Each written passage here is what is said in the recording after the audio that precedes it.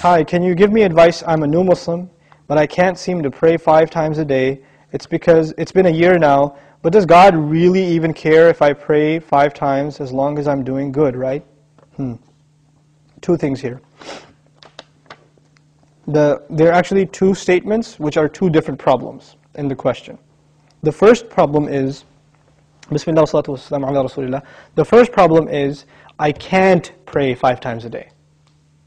I can't do it. Now, I don't believe you. Whoever said I can't do it, I don't believe you. You know why?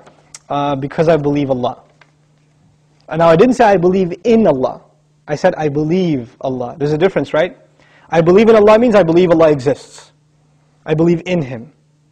But when I say I believe Allah, it means I believe what He says. He says, subhanahu wa ta'ala, لا يكلف الله نفسا إلا وسعها. Allah does not burden anyone except unless they are able to carry that burden. This is what Allah said. Allah said He does not burden anyone with any responsibility unless they are capable of living up to that burden. This is what He said. You're saying you're not able to live up to a responsibility that Allah gave you. Isn't that true? You're saying I can't pray 5 times. It's too much. And Allah is saying yes you can. So I have a choice between believing you and believing Allah. And perhaps if you didn't realize this, maybe you're lying to yourself. Maybe you've convinced yourself because of your laziness, because of your lack of will, that you don't want to pray 5 times. Maybe you have to, I can't judge you. I don't know what the problem is. But the problem, maybe you're ashamed to pray in front of non-Muslims. People can take 15-minute cigarette breaks at work, right? They can take a break and just go hang out, do whatever. You can't pray 5 times a day. SubhanAllah. In this part of the world, where when I used to work in New York City, I would see Muslims praying all over the place. In the middle of 5th Avenue, on the curb, the guy is making salah because it's time.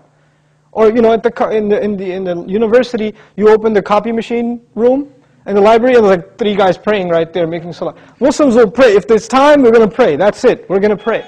So there are no excuses. That would be the cops. I'm going to stop? Alright, okay. So that's the first thing. Allah said you can. If Allah gave this burden upon you, and He did in fact, then you can. Convince yourself of that. And rely on Allah, He'll make it easy for you. The second question is, does He really care? Does He even care if I pray or not? Now this question is actually more about, does He need my prayer or not? You're forgetting that the prayer isn't for Allah. It's for you. It's not for Allah. If all the people in the world, all they did with their life was pray to Allah, it would not make Him any richer. It wouldn't add to His kingdom because He already owns all of kingdom. And if no one mentioned Allah ever again, it doesn't diminish His dominion, His kingdom, His glory in any way. He doesn't need us. We need Him. We need Him.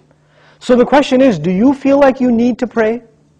Do you feel like that's a need in your life? And if it's not, if you feel you're free of, begging Allah for His help, turning to Allah and submitting before His commandments, then that's a serious problem with your faith. It's become weak, and this question only came up because you've been distanced from Allah for so long that shaitan can come to you and say, yeah, I know you used to feel bad about not praying, let's just get rid of that bad feeling and replace it with, well, why do I have to pray anyway?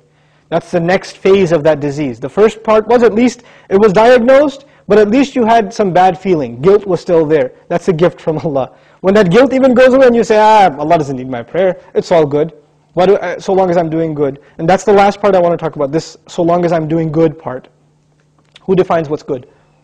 There are 2 kinds of good in this world. Please remember this, okay? There are 2 kinds of good. There's ethical good. I'm good to my neighbor. I'm honest at work. I'm nice to people. I don't steal. I don't cheat. These are ethics, basic ethics, right? That everybody, I tell the truth. I'm honest. I pay my taxes, blah, blah, blah. These are ethical truths, okay?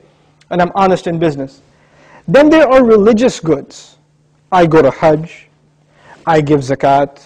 I pray 5 times a day. I fast in the month of Ramadan. These aren't ethical realities. These are religious goods. Good deeds that are religious and good deeds that are ethical, moral in nature. What happens a lot of times with Muslims and with non-Muslims, especially it happens with Muslims, is that we make a distinction between these 2 things. So in the Muslim world, you will find people that are morally good. They're nice to their family, they take care of their kids, they're responsible in the household, they're nice to their neighbors, they're honest at work, good people. But guess what? No religion. I don't need religion to be good, is what they say. And on the other extreme, you have people that pray, go to Hajj, give zakah, have a long beard, dress in a very religious garment, and yet terrible to their family, cheating people in business, highly immoral and unethical. So what's happened is we have separated the two dimensions of goodness.